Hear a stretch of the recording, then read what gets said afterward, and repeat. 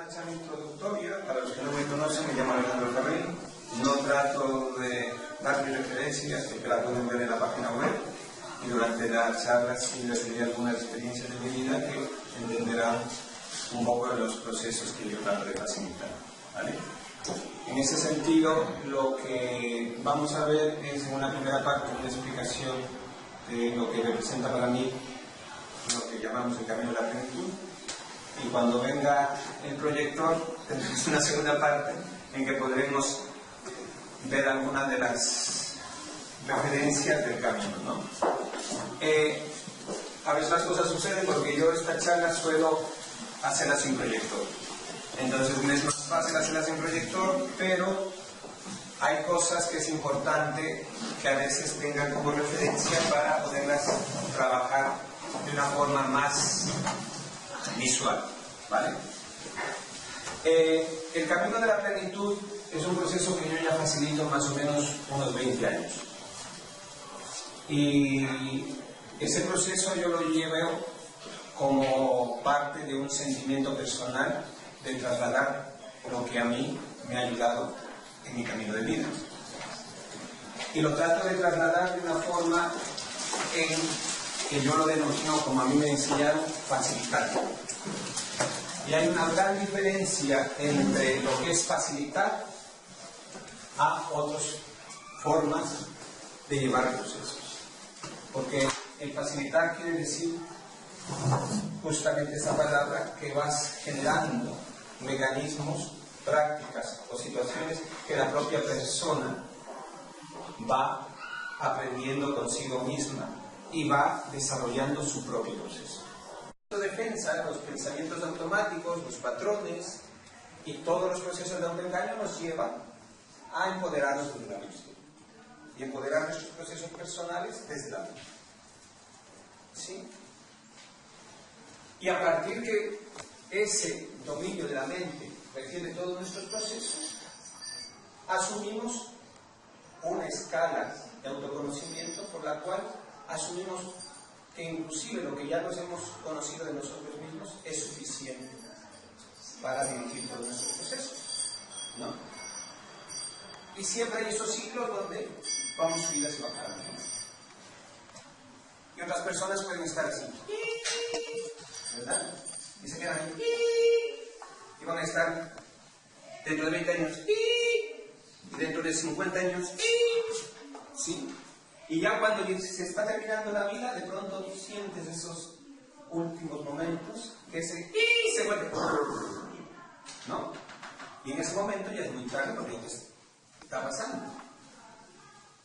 ¿Por qué tengo miedo a morir? ¿O qué me hace que tenga ese proceso de resistencia a morir? ¿No? Y eso fue una tercera enseñanza. ¿Por qué tengo miedo a morir?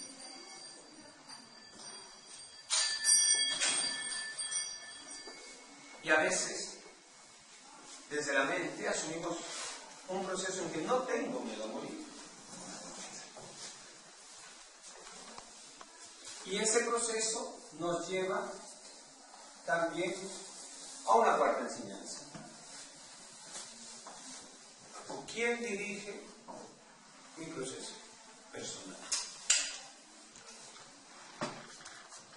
La mente, ¿sí?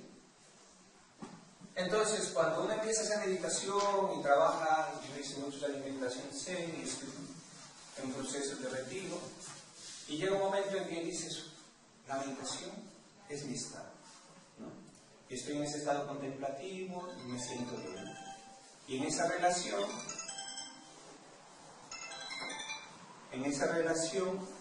el proceso de sentirse bien es genial, ¿no? Porque estás y sigues tus procesos desde ese estado de paz interior.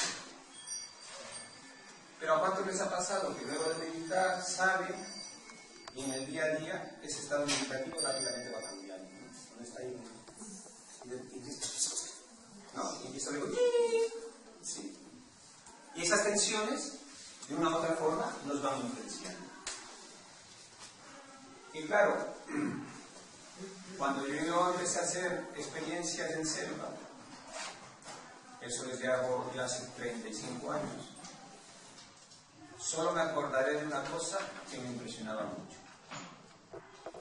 Que en ninguna de esas culturas nadie meditaba. Y no entendían por qué se necesitaba meditar. ¿Sí? ¿Por qué necesito meditar si yo me siento en armonía conmigo mismo, puedo caminar en armonía mismo y con mi entorno? ¿No? Pero ¿cómo estamos normalmente nosotros?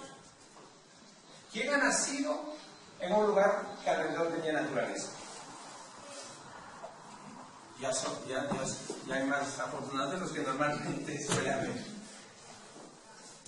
¿Cuántos de ustedes están conscientes que su madre les amamantó?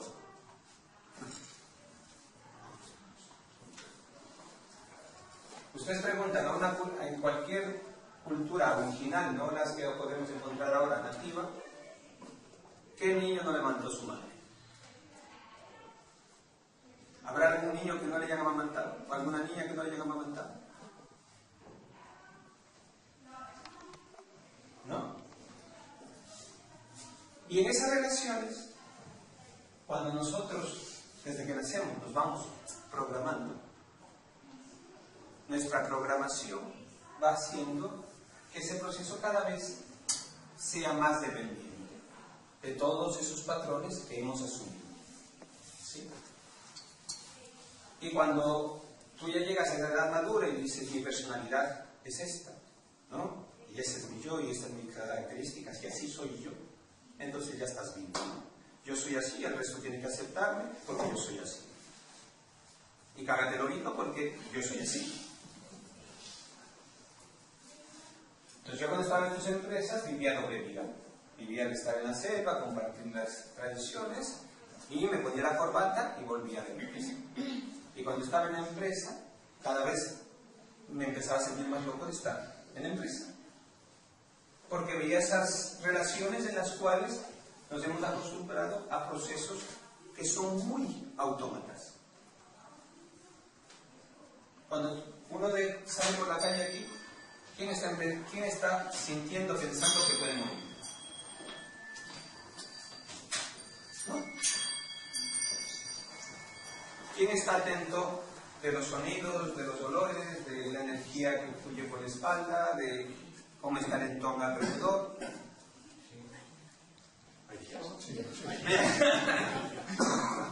Pero visualmente, nuestra mente, ¿qué está viendo? Rectas, ¿no?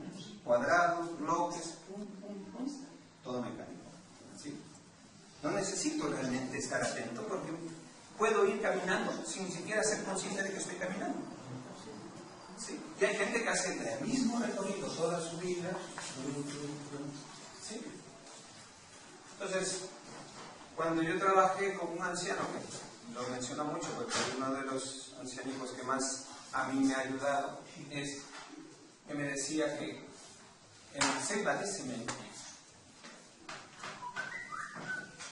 están peor enjaulados los humanos que los animales.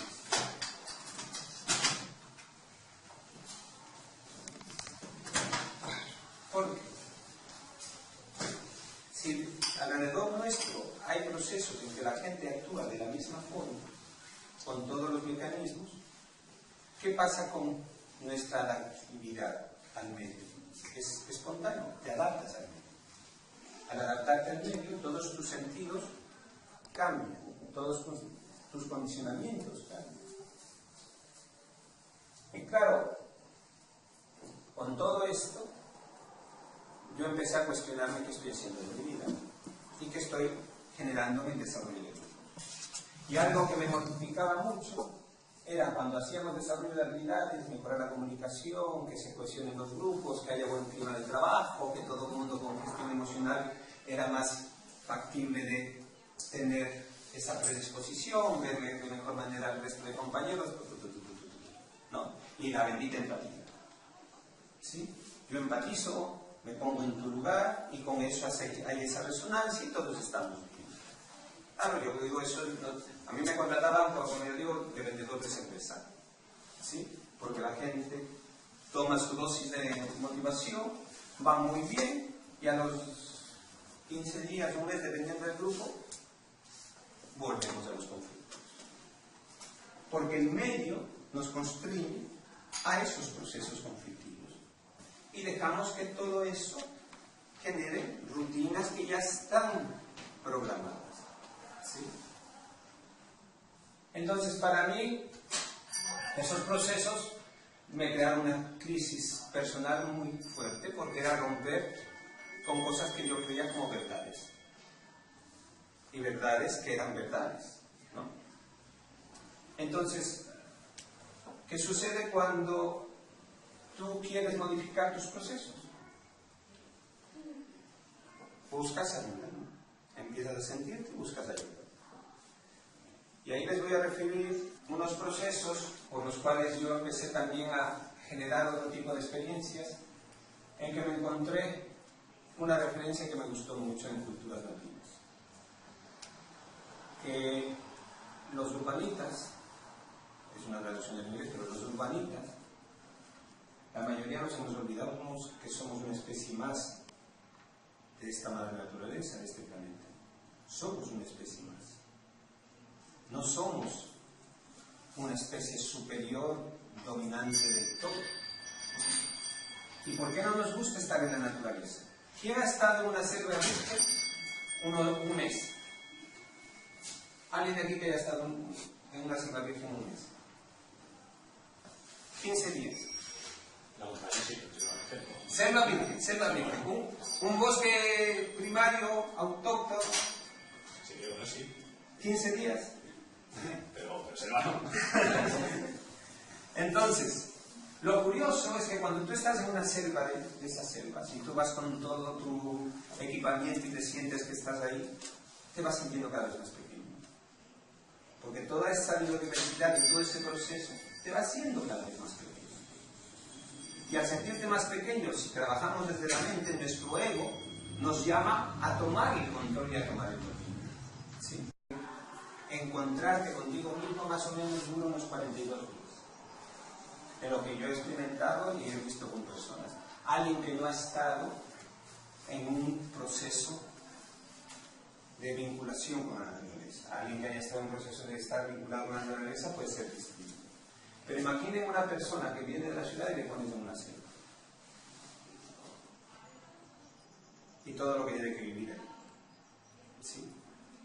Y en ese proceso adaptativo, nos hace que en la ciudad, al habernos olvidado de cómo es esa energía sinérgica lo que genera en nosotros. Y algo que rescaté de los procesos nativos es que al ser una especie más, la última enseñanza que me insistió mucho era ¿cuántas veces había sacado yo la rabia?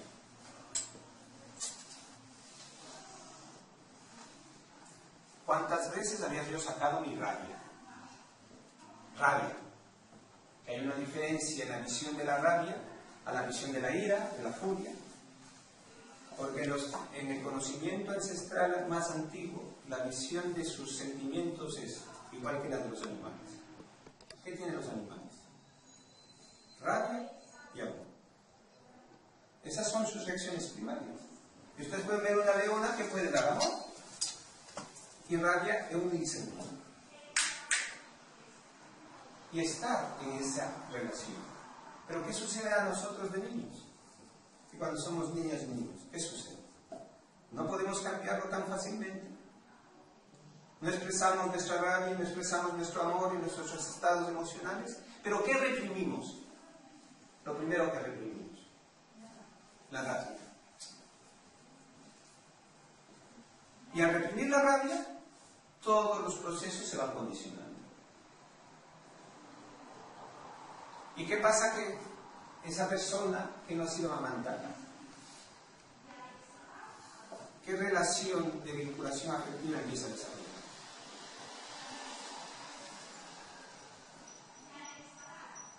y qué procesos emocionales se implantan desde esa primera experiencia y se continúan implantando.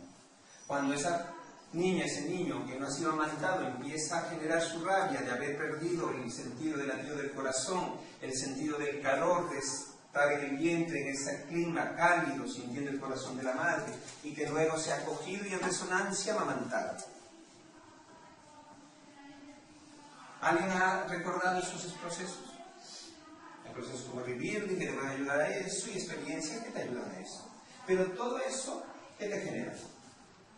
Un proceso de acumulación, de tensión, que se genera en un niño o niña que experimente esa rabia. Y si a partir de ahí los procesos emocionales van coartando todavía más esa fluidez, ¿qué sucede? Que vamos acumulando esos procesos. ¿Y qué sucede a los niños ahora que les ponemos a los 3 años en una silla o en un ambiente cuadrado a estar sentados?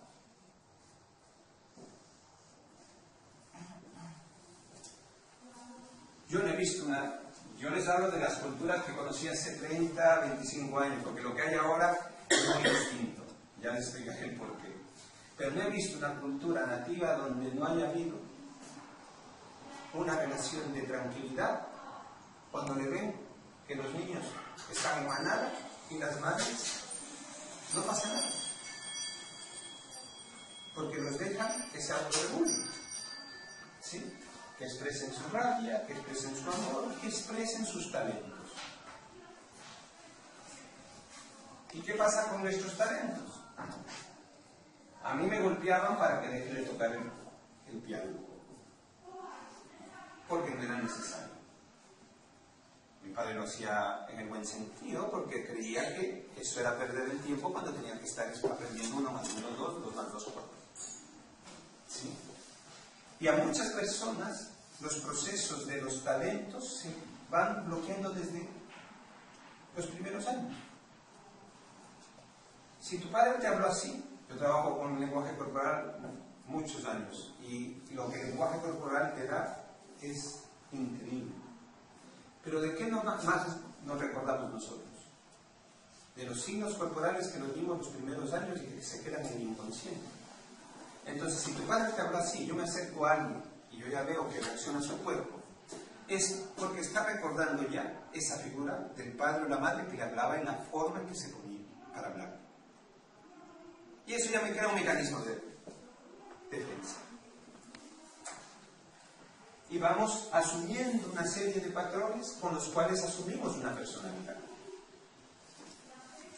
Y esa personalidad se va cada vez formando como que asumimos que es mi personalidad. Y es otra de las enseñanzas que rompieron mis esquemas.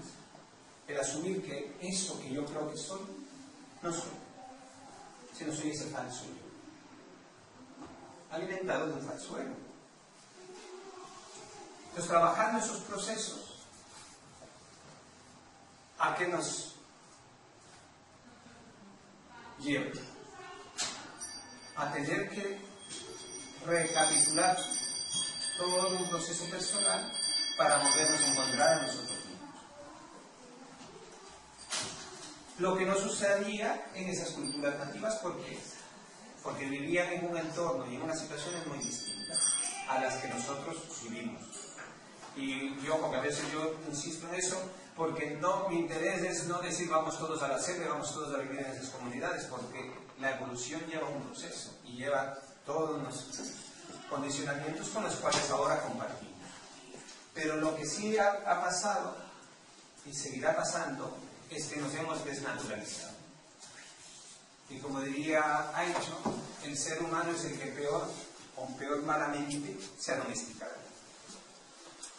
Porque nos hemos domesticado alejándonos de vivir en esa resonancia y en esa armonía con la naturaleza y de desarrollar nuestra propia naturalidad y nuestra propia espontaneidad. Partiendo del hecho de que hemos reprimido la rabia, hemos reprimido nuestros talentos en los sentidos de la conciencia ampliada o elevada, que no, al final mencionaré algo, pero no es el tema de esta charla. Y al mismo tiempo los talentos básicos. ¿Cuáles son los talentos básicos? los que de pequeños teníamos. ¿Quién se acuerda de lo que le gustaba cuando tenía 3 años?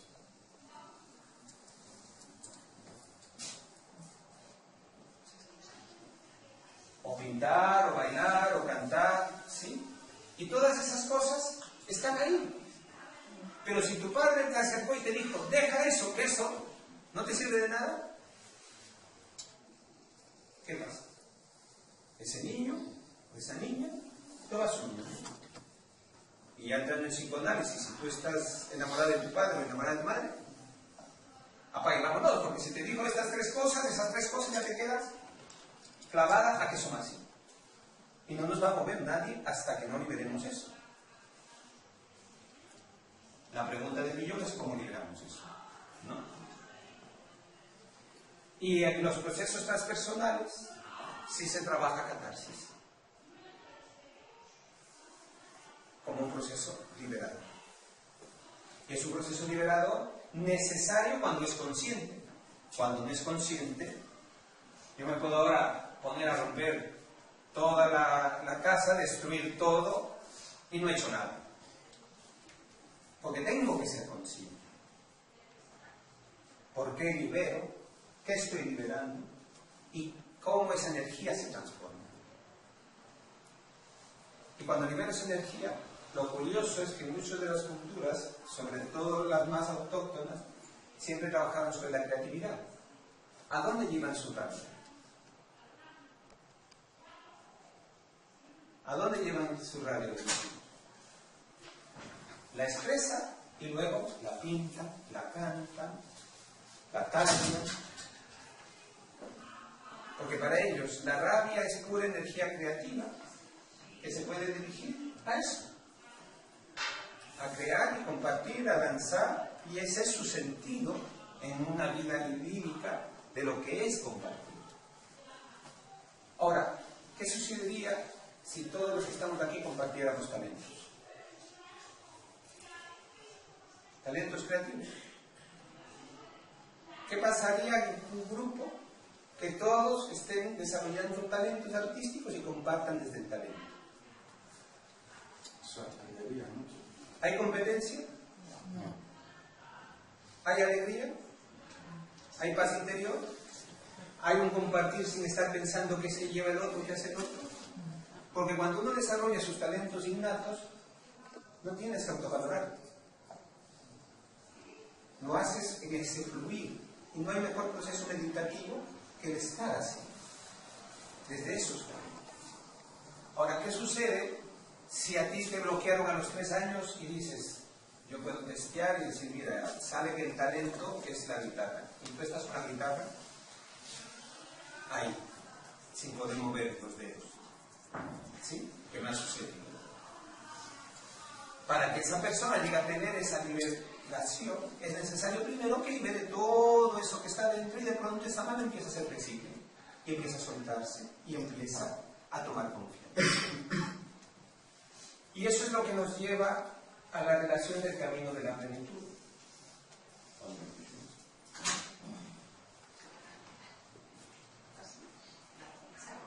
El primer paso es autoconocimiento. Llegar a conocerse verdaderamente lo que uno es, sus talentos, lo que desde pequeño o pequeña vino, lo que trajo del pasado prepersonal, y en base a eso poder desarrollar ese poder interior de autorrealizarme y poder llegar a ser ese maestro de uno mismo, que es en la visión Hiroki, el Oni-Oni, el Ometeo, el Pagnos-Tolteca, pero todas las culturas nativas y ancestrales de muchas partes del mundo se basan sus procesos en que cada persona se conozca a sí misma y desarrolle sus talentos. Por eso, muchas culturas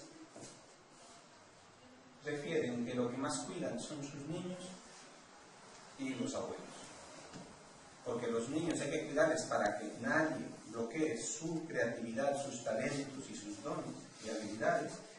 Y el anciano porque es el que más conoce cómo ayudar a que lo desarrolle.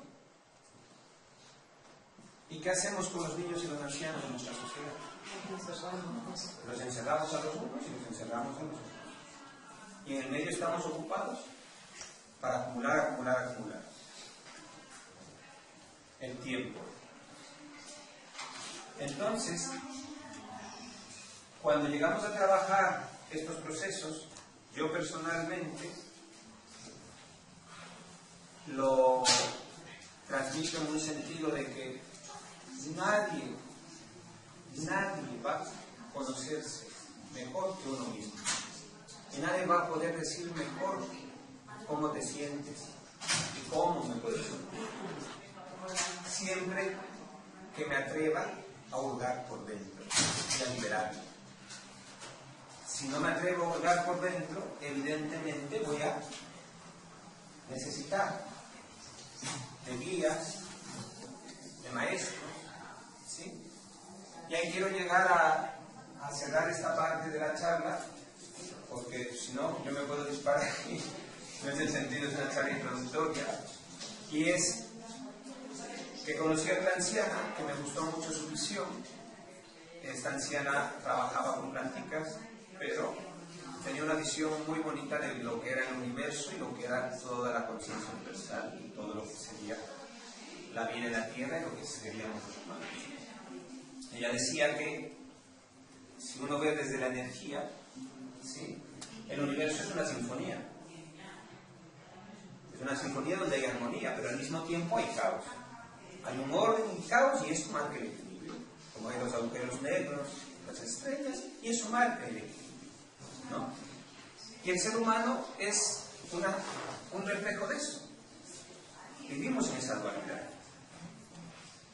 Pero normalmente no queremos ver la dualidad. Porque ver la dualidad involucra caminarla. Entonces cuando uno está en ese estado meditativo, claro, estoy en mi esencia. Pero la esencia está arriba, ¿no? Cuando esa esencia se vuelve dual, que es cuando doy el paso, ya no estoy en mi esencia, estoy en la dualidad. Porque estoy conectado a mi esencia y con este ser que tiene todos esos bloqueos, todos esos patrones, toda esa programación y todos esos preconceptos, conductas y demás, que me hace que al caminar todo eso vuelve a estar. Entonces, si bien puedo estar desde mi esencia me sirve para a través de eso poder observarme y luego ir desaprendiendo a aprender a ser una misma o uno mismo. Y en ese campo, Mamá Mitchell decía que ella veía a los seres humanos como en esa sinfonía como si fuésemos unas guitarras, ¿no? Unos seres que tenemos 5 cuerdas. Y esas 5 cuerdas son los planos en los que nosotros nos desenvolvemos y que se supondría que nuestro propósito es armonizarnos, entonar nuestra guitarra. Al entonar nuestra guitarra, podemos estar en armonía con nuestro entorno, con el universo y con nuestros talentos, ¿sí? Pero ¿qué sucede cuando desde pequeños nos bloqueamos?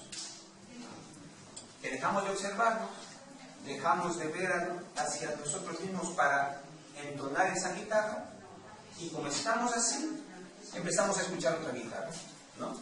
Y como hay otra guitarra que tiene tal vez 2 cuerdas entonadas y esa guitarra suena bien, entonces yo me voy a esa guitarra y me entono con esa guitarra, ¿sí? Ya luego de un tiempo veo que otra guitarra suena mejor, entonces me voy a esa guitarra y sigo en esa búsqueda. Y voy buscando y entonándome, y de pronto alguien me dice, mira, esto hay. Y yo recibo ese conocimiento y digo, oh, bingo, he descubierto que aquí estoy, ¿sí? Y eso nos pasa en todos los procesos de la vida, porque vamos programados hacia afuera, no hacia adentro. Entonces, cuando tengo la paciencia de saber cómo estoy, cómo está el resto, cómo me siento y cómo voy yo conociendo, cómo me sintonizo con el resto y con el entorno, puedo descubrir mecanismos mucho más potentes, conmigo misma y conmigo mismo. ¿Y qué me hace eso? Que al atreverme a ir desarrollando mis propios talentos, recuperando mi esencia desde esa niña y ese niño, voy liberándome de mecanismos, hasta que descubro que hay ese falso yo que es el que tiene que morir, para yo poder vivir sin miedo a morir. ¿Sí? Porque el que manifiesta sus talentos no tiene miedo a morir, tiene miedo a no vivir. Y ese miedo a no vivir hace que vivas intensamente más. Pero la diferencia es que en la selva, cada día que sales, puedes morir. Entonces, estáis muy atentos, están muy atentos a qué pasa en la espalda, alrededor, y siempre tienen presente la muerte. Al tener presente la muerte, viven con más intensidad del día en lo que realmente sienten y lo que cómo quieren vivir. Si además de eso no hay propiedad, no hay apego. Al no haber apego, hay un punto al que tampoco tenemos eso. Entonces, en la selva de cemento, uno tiene que ser más hábil para poder interactuar. Y al empezarse a descubrir uno mismo, mira a los demás, y cosas que antes asumía como que eran su ideal, ya deja de ser su ideal. Y vas cambiando. ¿Y qué sucede con esos factores? Algo que a mí me costó muchos años darme cuenta. Cuando a mí me ha dicho que el autocontrol de los urbanitas es lo opuesto a la autoconfianza.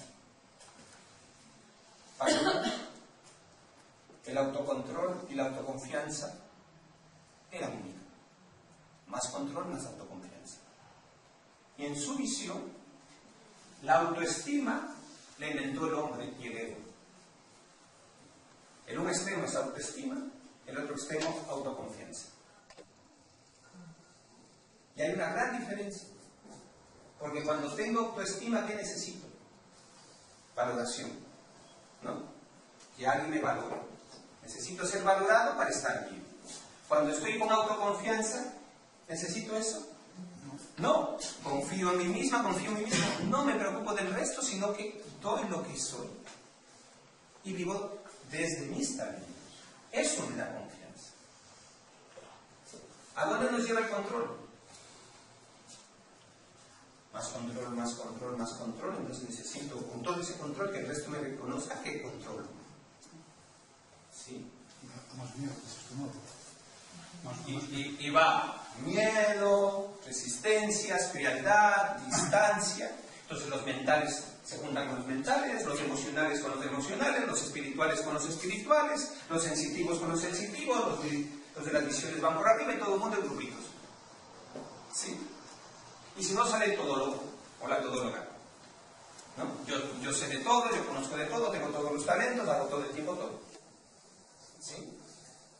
E inclusive, si alguien, y yo hablo muy transparente desde el corazón, si alguien se toma personalmente, lo lamento, pero lean los 4 acuerdos y después digan por qué se van a tomarlo personalmente. Pero, lo que yo he visto en estos pueblos, ya no he encontrado ancianas y ancianos de la misma calidad, y no porque no lo quieran, sino que no lo pueden, que es muy distinto, es que allí no había alguien que estaba canalizando energía 8 horas al día, ni que estaba sanando 8 horas al día, ni que estaba todos los días con sus talentos.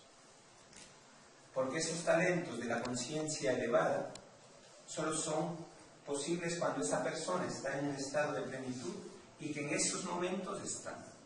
Entonces yo con los ancianos que pude trabajar, rara vez sanaban, rara vez tenían visiones y rara vez estaban. La energía pasa, pero para la persona, cuando tú estás en resistencia y esa energía necesita armonía, tú no estás armonizándote.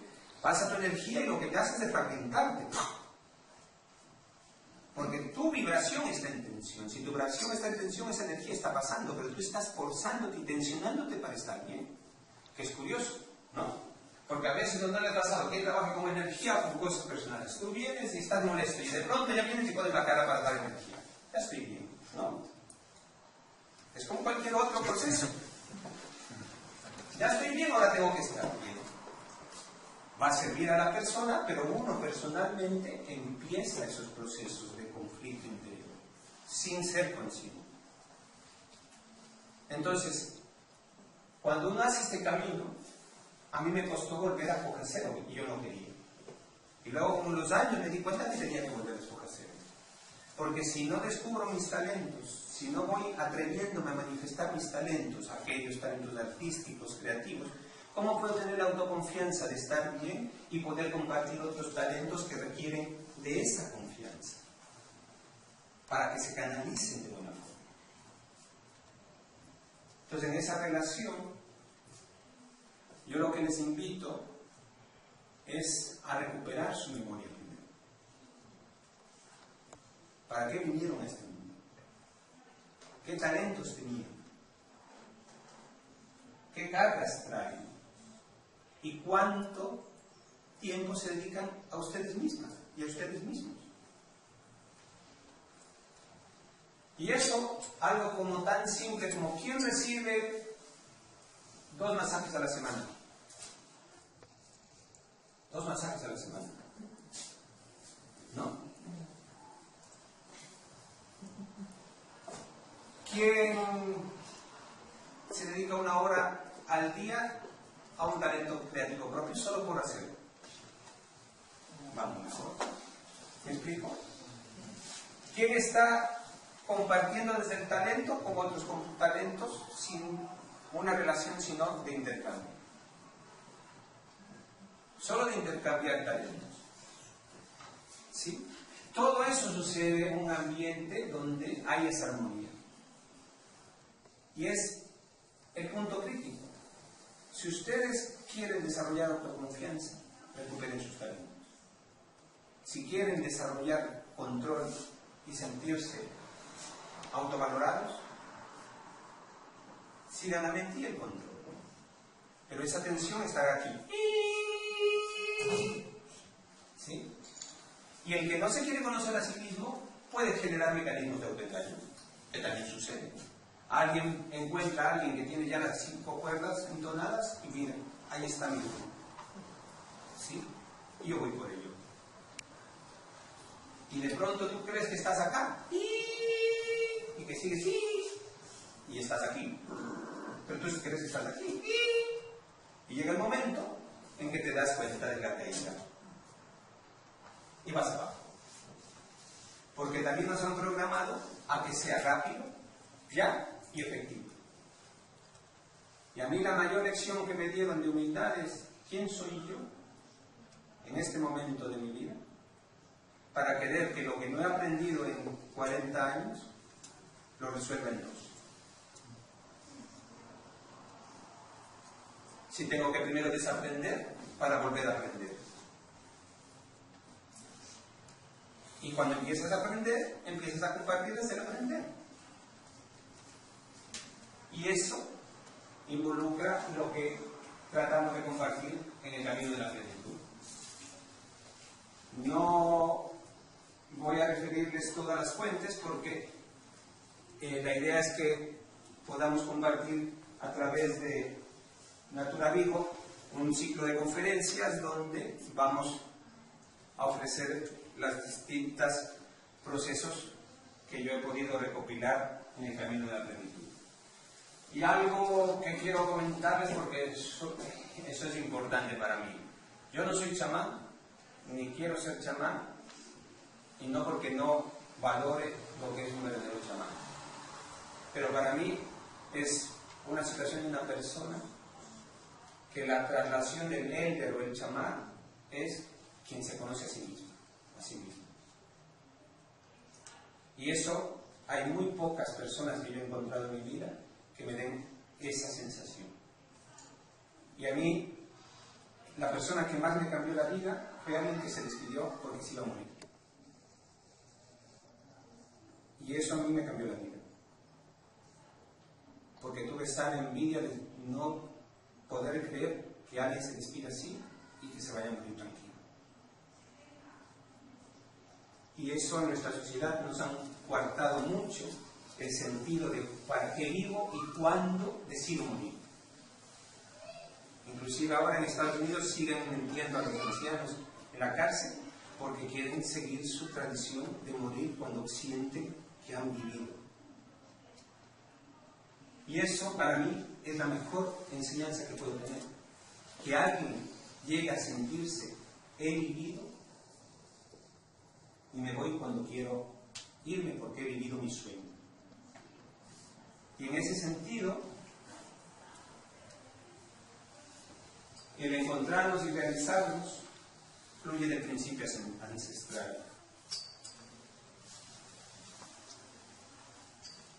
Si uno realmente quiere conocerse, toda la información la lleva dentro.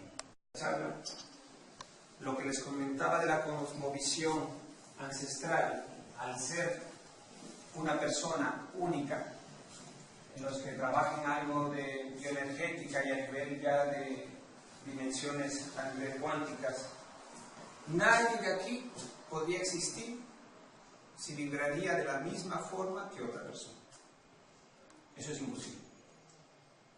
Cada uno tiene una vibración única que hace que esté aquí en un cuerpo, en materia, presente. Entonces, si yo interactúo con el resto y me interactúo en base al resto, lo que hago es que mis frecuencias y mis armonías dependan del resto. Y cuando soy menos consciente de buscar mi armonía interior, hago que dependa del resto. Y por eso, les vuelvo a insistir, los mentales rechazan los emocionales rechazan los mentales. ¿No les ha pasado? Cuando un mental ve a alguien sensitivo, ¿no? Y cuando alguien emocional ve a alguien mental, ¡qué frío! ¿No? Porque son planos que representan estas 5 cuerdas. Y esas 5 cuerdas en armonía representan ese ser en plenitud. Y el trabajo, el verdadero reto sería en estar al acecho de uno mismo. Y eso en los conceptos de los que hayan leído sobre las visiones transpersonales, el acecho es el estar al acecho de uno mismo.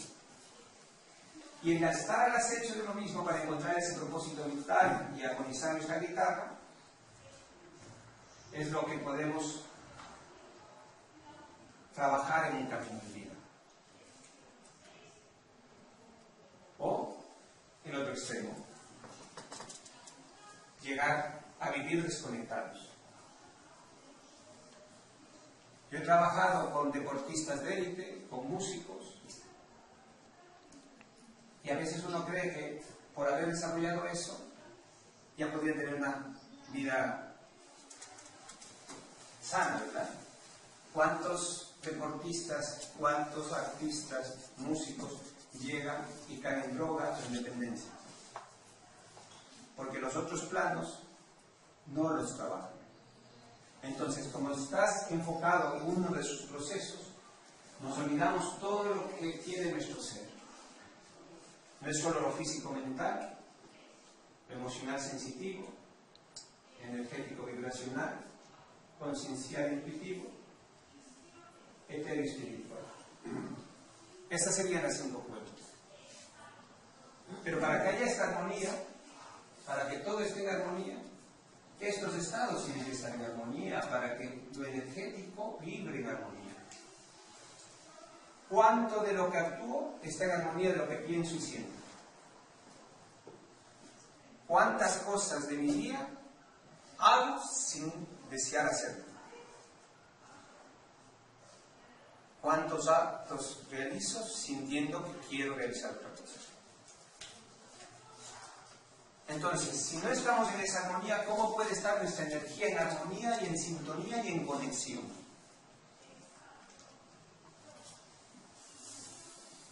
Porque el universo es armonía. Cuando hay armonía, hay conexión.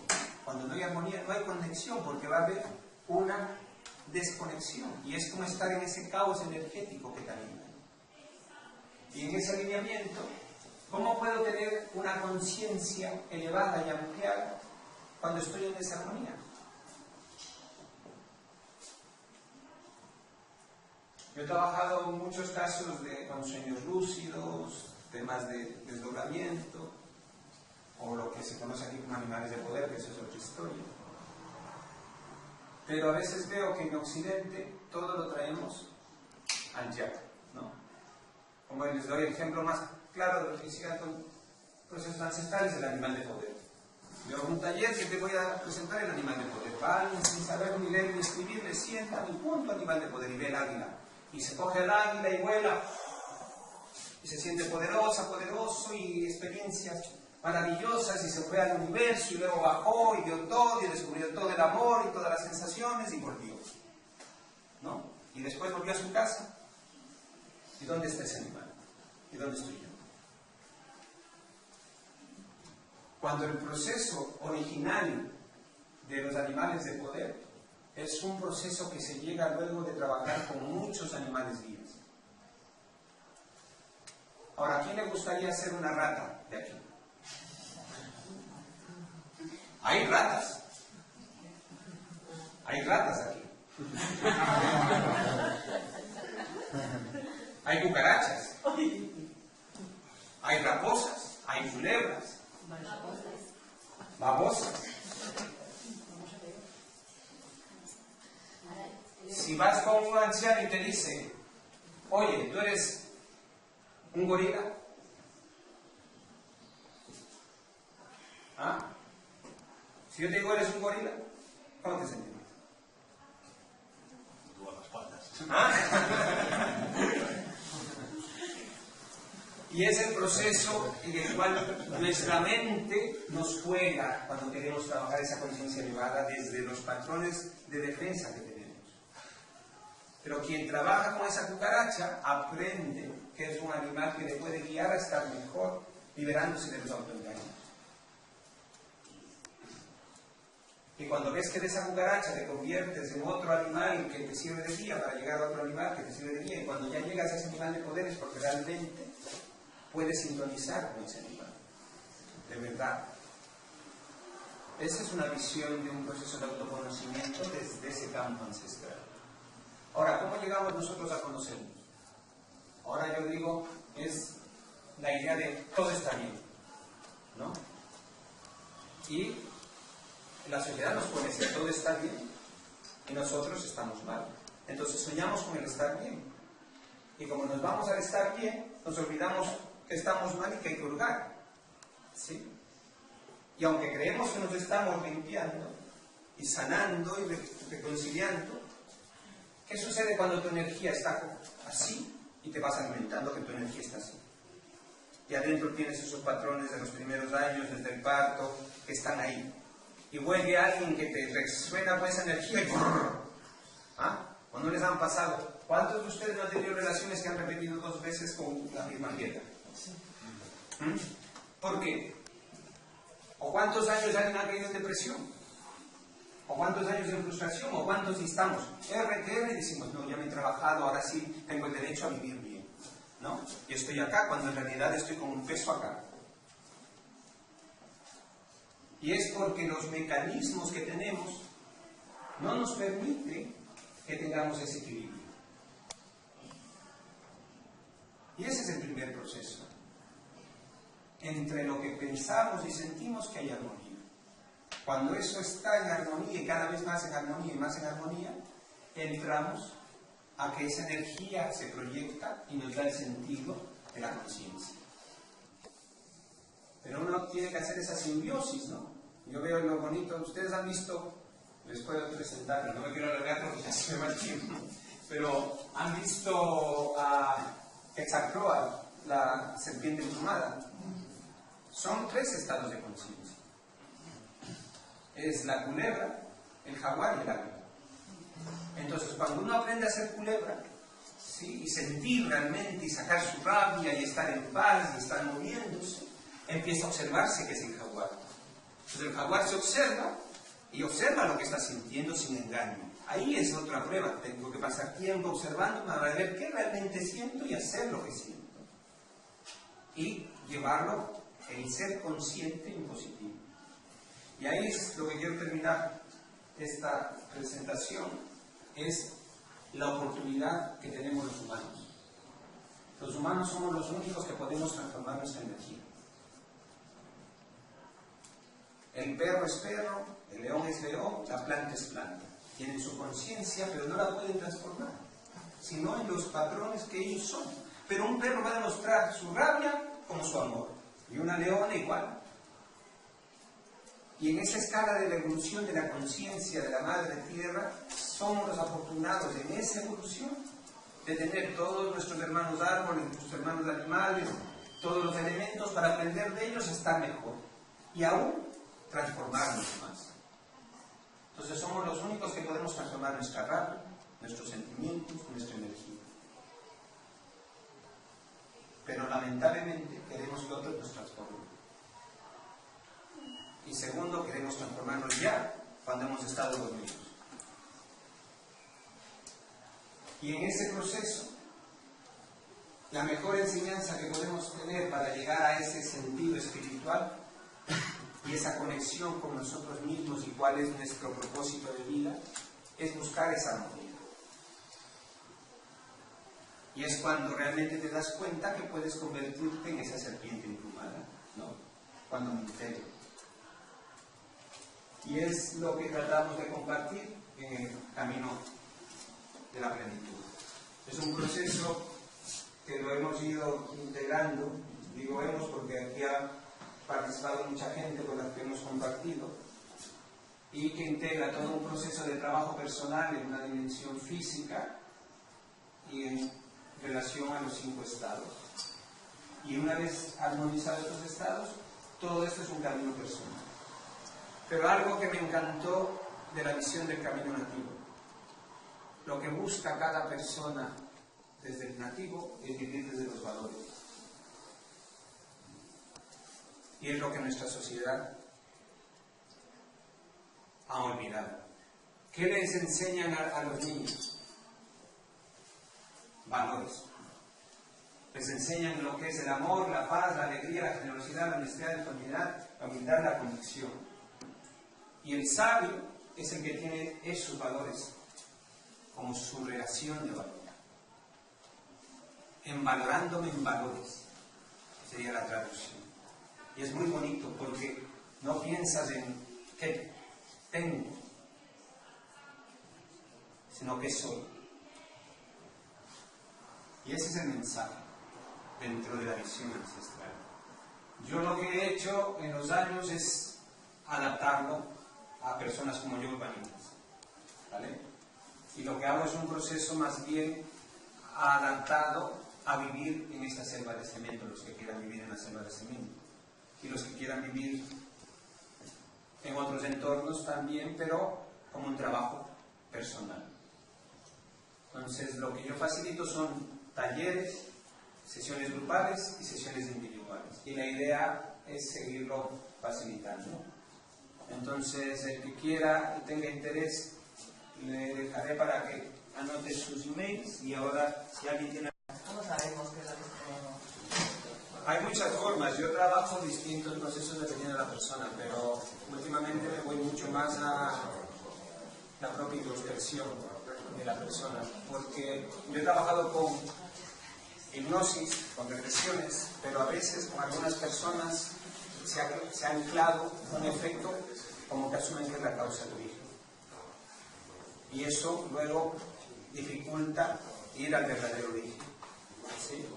Entonces también se trabaja con resonancia o con testeos, pero el proceso que yo llevo personalmente es no decirlo.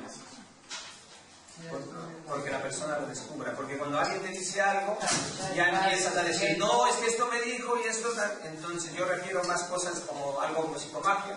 Mira, pregúntale a la pulga y miren la pulga qué te hace. ¿Me explico? Entonces, cuando uno va descubriendo lo que, o en sueños va recordando lo que vivía, ya es más fácil que diga, oye, es que en realidad a mí me pasó igual. Y era, si en realidad yo tocaba el piano, de oído, se supone. Y todo eso uno lo puede recordar. Lo que pasa es que como está desde el inconsciente al subconsciente, no voy a entrar a las memorias porque me demoraría mucho, pero hay información que está en el inconsciente a la cual no podemos acceder.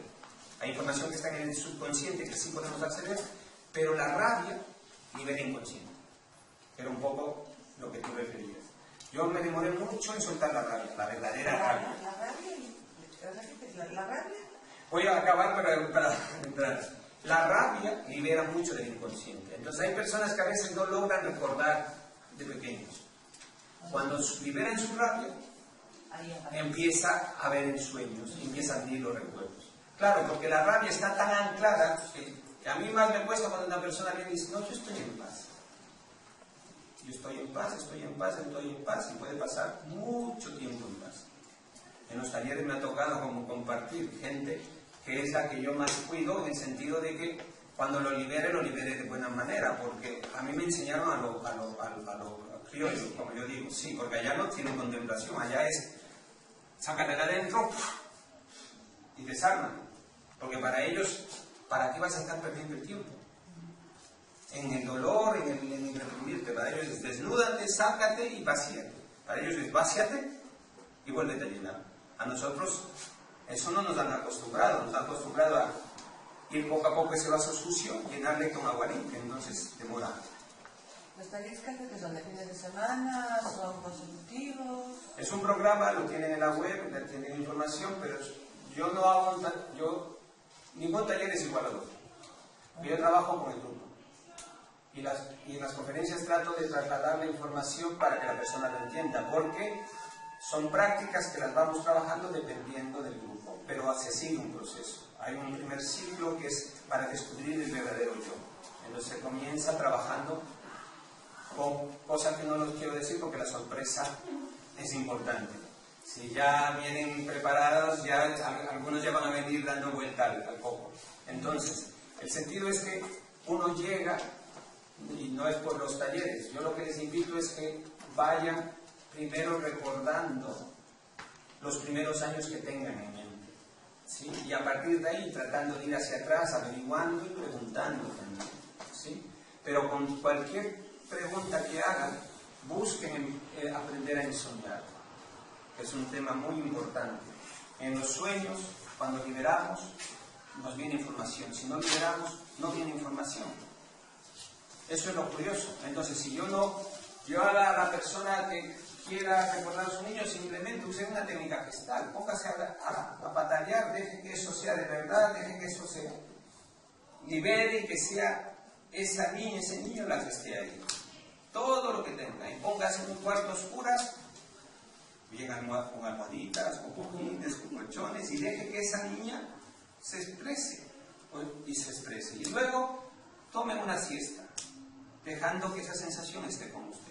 Y poco a poco encontrarán un mecanismo que abre medios para fijar recuerdos. En los nativos es muy simple soñar, porque se despiertan sin pensar. ¿Qué hacen antes de dormirse? Nosotros... O ver la radio, la televisión, o te lees un libro, ¿no? Yo antes era con los libros que y estás cargando mente. Y lo mejor sería hacer catarsis, otra vez danzar, otra vez un baño, un masajito, desconectar y quedarte con lo que quieres soñar. ¿Quieres soñar? Pones la imagen de tu niña, te dejas ahí insistiendo en la mente, puedes soñar con mi niña. Siento a esa niña en mí, siento a mi niño en mí y dejo que ese proceso alimente. Pero si lo hacen desde la mente, les costará mucho. Si dejan sacar su rabia, que es sencillo, pero el que no haya sacado nunca, póngase colchones. Y mejor hacerlo tutelado que no tutelado. Pero es procesos para... Yo les digo para la pregunta de ella, porque a mí la persona que ya tiene una referencia de sus talentos tiene un regalo. Pero la persona que no tiene referencia de sus talentos, y yo te digo, es la guitarra, y me dices, pero es que la guitarra, yo soy torpe a morir. ¿Sí? Yo he dicho a alguna gente al principio cuando yo iba a lo bruto, pero la gente no lo resistía. Entonces, si yo a alguien te digo, oye, eres una cucaracha, ya lo cuelgo. Puede ser una inútil en algo, pero como que internamente te gusta, pero lo haces muy mal, ¿no? Es que a veces ni siquiera sientes que te gusta, que es lo peor. Hay gente que ni siquiera siente que le gusta. Entonces, como está tan anclado, y hay gente que sí tiene el regalo de, yo siento que me gusta, pero soy torpe, ya tienes un sentido. Y voy dejándome liberar. Pero mira cuando empiezas a tocar o a pintar, ¿con quién, con qué estás? ¿Con la mente o con el fluido? Entonces al principio tu ego te lleva, es que mira lo horrible que estoy pintando.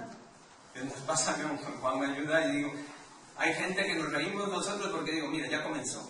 Entonces yo tengo el tempómetro de la fluidez. Algunos se demoran unos 2 años, otros 6 meses, otros 3 meses, un mes, pero todo depende de cuánto está el ego juzgando.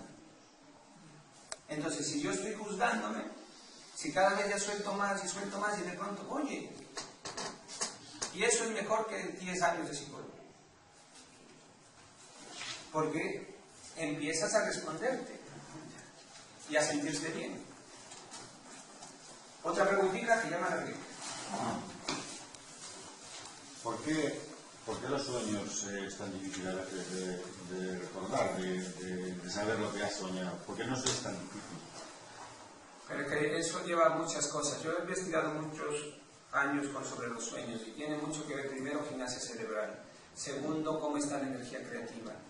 Tercero, cómo estás estimulando desde el parasimpático, el córtex. Cuánto activo tienes la glándula pineal y la pituitaria.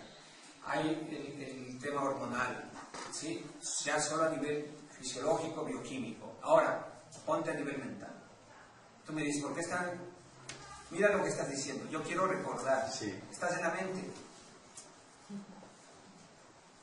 Bueno, pues si tú lo sientes, o sea, Claro, pero no tienes ya, por qué pensar solo tú eso. ya te estás O sea, despertando. hay algo dentro de ti que te dice, tengo que recordar lo que suena. Sí, pero tengo que recordar. Y el truco Es no tener que no recordar. no querer recordar, sino me duermo con esa imagen y ya siento que me voy a despertar en esa situación. Entonces, hemos perdido un talento de la conciencia ampliada, que es la introspección. O sea, cuando ustedes trabajan con algún animal, lo que los nativos originalmente hacían no era sentir un animal ni poner la capucha por adorno. La introspección con animales es brutal. Si alguien, yo le diría, es cucaracha y deja que esa cucaracha se apodere de sí misma, de uno mismo, le va a enseñar más de lo que se puede imaginar. ¿Por qué? Porque es un proceso energético que responde a algo que no controla la mente. Y cuando ya te das cuenta que tienes esas características y estás viviendo con eso, se libera. Lo mismo en los sueños. Cuando yo quiero controlar el sueño y pensar que quiero recordar, no estoy sintiendo. Y el sueño viene en una visión onírica que no tiene que ver con el hemisferio izquierdo, tiene que ver con el campo de visión. Entonces, cuando yo visiono, es fluido. Pero si cuando me despierto estoy pensando, malo. Porque estoy pensando ya en el sueño, esto es esto. Uno tiene que despertarse visionando y no dejar que la mente se active y poco a poco dejar que esa mente esté tranquila y seguir en el sueño. Eso es la ensoñación. Sigo en el sueño y dejo que eso se alimente. Entonces ya cuando acabo de soñar y ya me caigo, ahí es que puedo recapitular y desde la mente entrar. Pero es un proceso que requiere esa fluidez. Ahora, de tu pregunta, algo que sí les insisto. ¿Cuántas horas desperdiciamos en el sueño? ¿Cuántos años de nuestra vida estamos soñando sin ser conscientes de que soñamos? Los nativos, cuando les hacen los procesos de iniciación, ensueñan en su lugar, ensueñan sus miedos y vencer sus miedos. Entonces, cuando yo tengo miedo a una cascada, a saltar una cascada, primero ensueño que estoy saltando. Vivo que estoy saltando, disfruto que estoy saltando y no estoy pensando, estoy viviendo esa sensación. Y cuando ya esa sensación está en mí, voy a la cascada, cierro los ojos y ¿quién se atreve a saltar con los ojos cerrados en una cascada? ¿Alguien lo ha hecho? Yo tampoco. Sí, pero tengo un hermano pie grande que es lo que le enseñaron eso.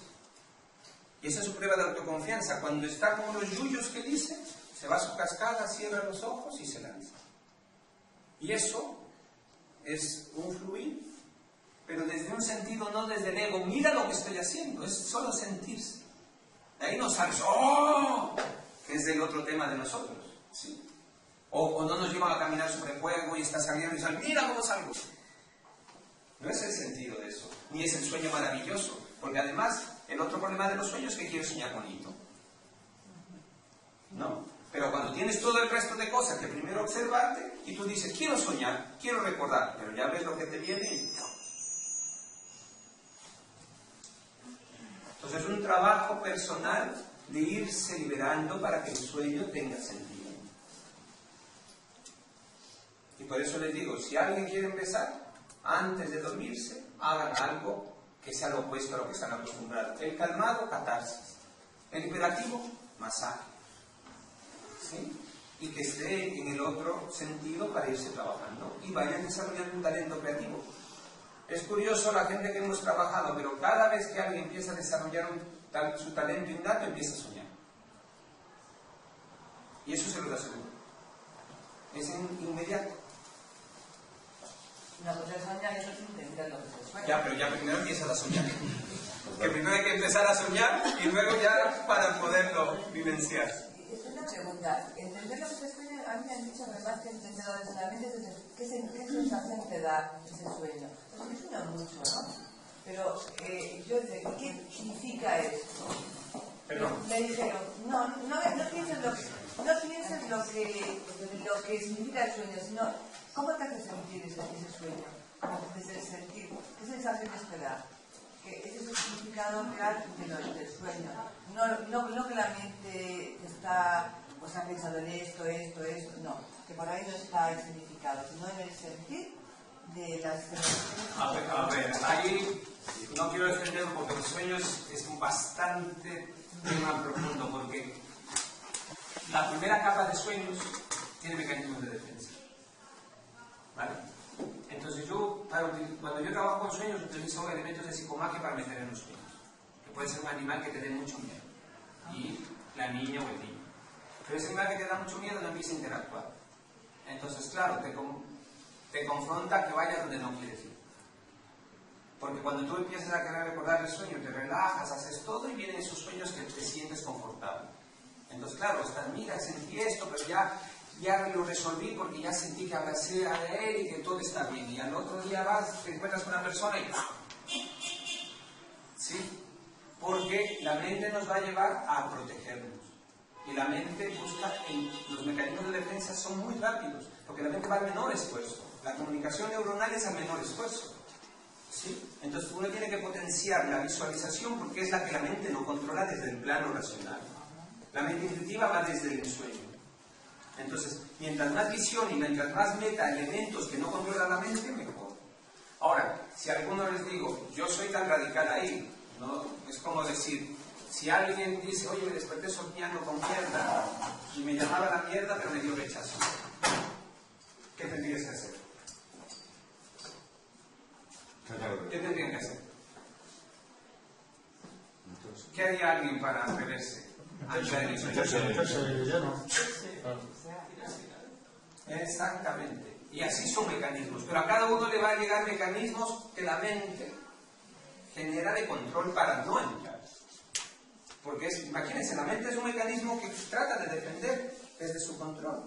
Entonces, si yo meto algo que ha sido un shock en mi temprana edad que no quiero entrar, me va a meter o un monstruo, lo que temo, todo. Y eso sucede con muchos procesos personales. Te lleva al límite y al llevar al límite yo puedo reconstruir, pero ¿quién ve eso como oportunidad? Y hay mucho de autoayuda ahí para poder comprender eso. Entonces, ¿cuál sería el objetivo, el éxito de esto? no hay éxito. ¿Qué hay? Intento.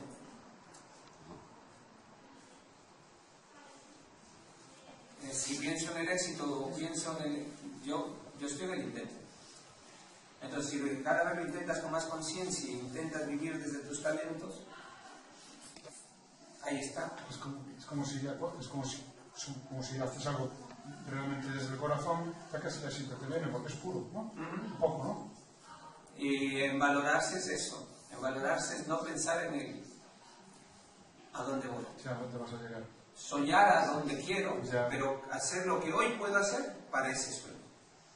Es muy complicado la visión ancestral porque es, yo sé a dónde quiero ir porque lo he visionado. Ya como el de poder. Pero hoy hago todo lo que puedo hacer hoy por ese sueño. ¿Y qué sería mejor? ¿El soñar cosas que no nos gustan para entrar en los sueños y descubrir y bucear la parte oscura o el soñar lo que nos gusta? Las dos cosas. Las dos. Lo bonito del ser humano es que nos da para ambos, pero a veces, o algunos estamos mucho en la oscuridad, otros mucho en la luz, y no aceptamos esa dualidad. Porque el que no ve su sombra, apaga uno. El ser, hay una tradición de Mapuche, el ser es consciente cuando mira la sombra de su sombra, que es la verdadera sombra. Y entonces el ego nos lleva a mirar esa sombra que la controlamos. Creemos que la controlamos.